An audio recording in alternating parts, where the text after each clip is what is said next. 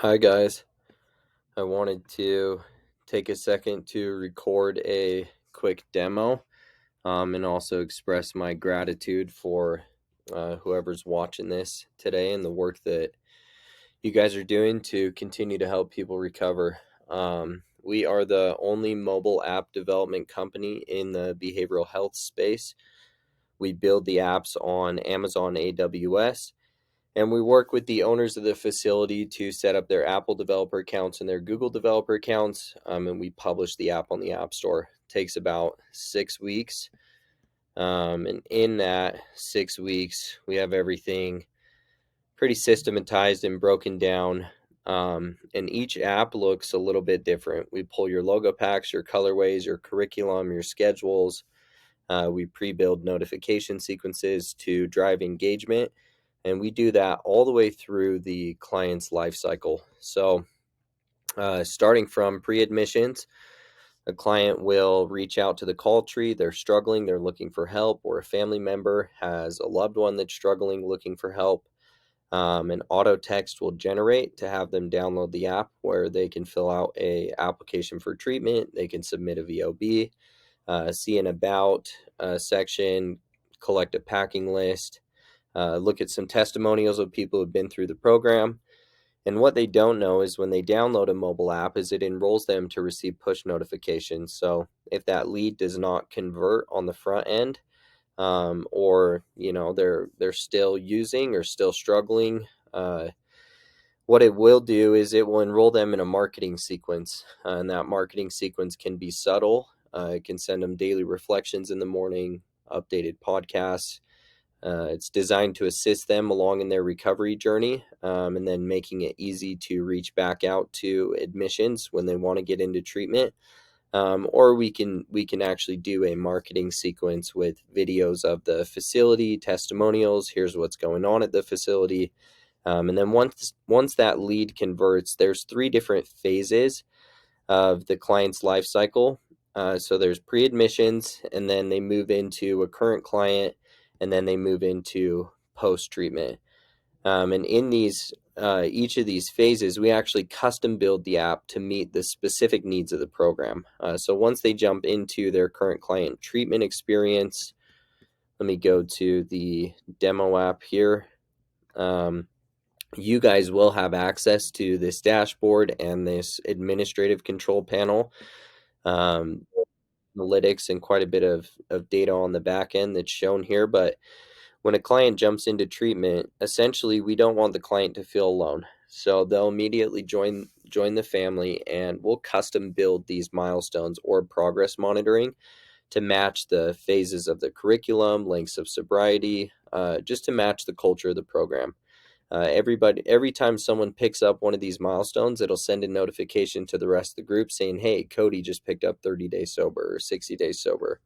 A lot of these apps, when they are a current client, will use the app for HIPAA compliant communication. We have these social walls. They act similar to a social media plugin. They can they can comment.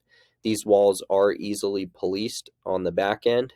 And we can also enable medical, clinical case management to initiate a private message.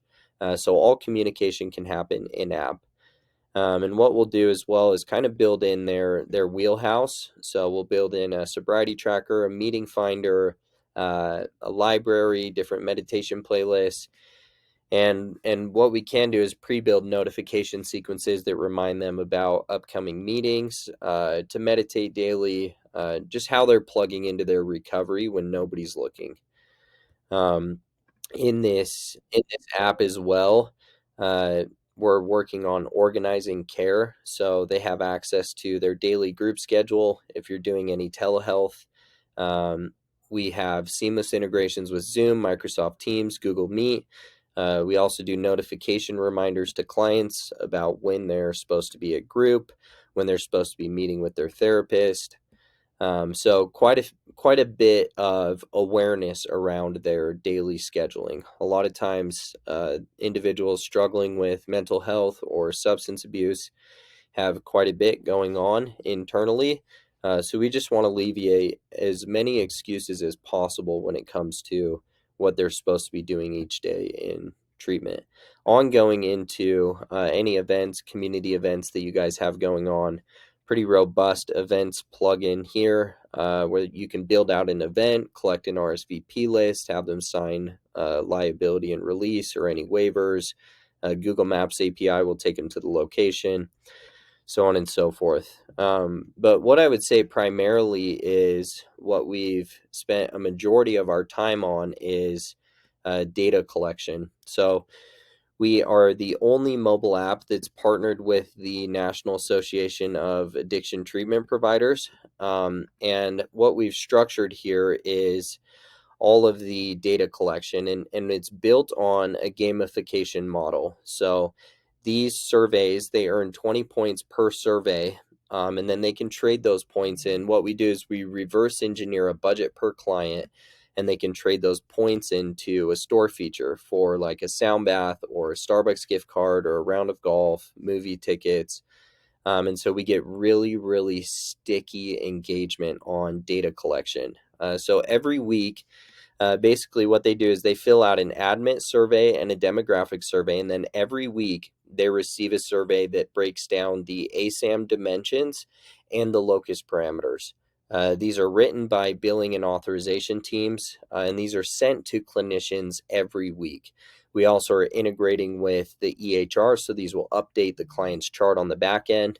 And what happens when they do that admit survey is it enrolls them in a sequence where they'll receive the PHQ-9, the GAD-7, the BAM, and we track data all the way up to a year that populates a 22-page outcomes report.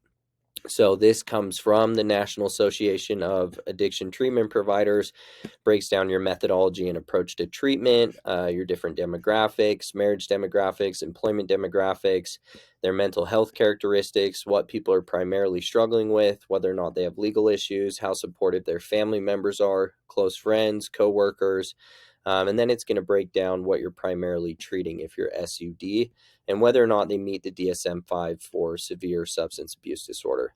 Talks about funding, whether or not participants felt funding for treatment was sufficient for the treatment they received. And then it'll break down the efficacy of the program model. So what people feel like is helpful, what they're connecting in, things that you can work on. Ongoing into post-treatment. So this post-treatment life cycle, basically a lot of these features wash off. And post-treatment, we do a social wall, their long-term outcomes, their alumni events plugin. We'll still feed them relevant content. They can use a sobriety tracker, things like that. But we're tracking data even after they leave. And the reason that we're able to do that is because there's a lot of alumni-facing apps or post-treatment apps that don't get very good engagement. But this custom developed app is a constant throughout the client's entire life cycle. So we're conditioning them to use it and build a relationship all the way through the low levels of care. So by the time they get into alumni, they're very fluent in what they're supposed to be doing in the app. And it's also part of programming with all of the clinical surveys and outcome measures.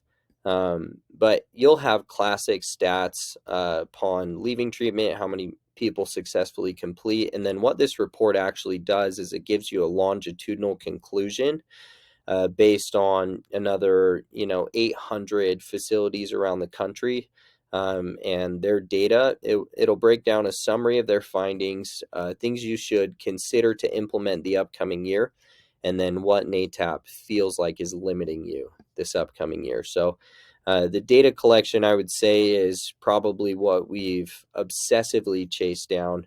And we can incentivize anything from daily consistent action that people are putting into their personal recovery. They can earn points for doing that. They can earn points for doing the surveys, as well as they can earn points for, we have a QR code scanner. So if they check into group through telehealth, they can earn points for their attendance in group, their attendance in their individual sessions. So we're incentivizing quite a bit of action that they're putting into their recovery when they're showing up for treatment. And then in this employee life cycle, when an employee jumps on, a lot of times it's pretty simple, but one of the big lifts that facilities have each year is accreditation. So in this employee section, we are organizing any onboarding stuff, any HR stuff. We'll help you guys build out a compliance log. We can digitize any forms. We can also collect legal signatures in these forms, intake paperwork, lease agreements, incident reports, expense reimbursements. But if the facility is accredited with Joint Commission or CARF, we have all of these pre-built accreditation trainings, and a seamless integration with Microsoft Drive, Google Drive. So what we do is we pre-build and pre-structure your Google Drive to house these trainings, and then we attach all of these monthly trainings in push notifications that are delivered to staff. As soon as they click the branded push notification, pulls them right into the module, pulls them right into the quiz. And then all that stuff auto populates your Google Drive on the back end. So when it comes to Joint Commission and CARF accreditation, we've got a pretty seamless hands-off workflow when it comes to collecting those different trainings. But that's the app in a nutshell.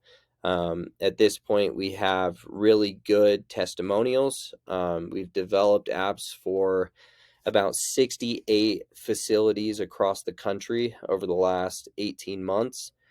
So looking forward to hopefully connecting a little further on this. Okay, thanks.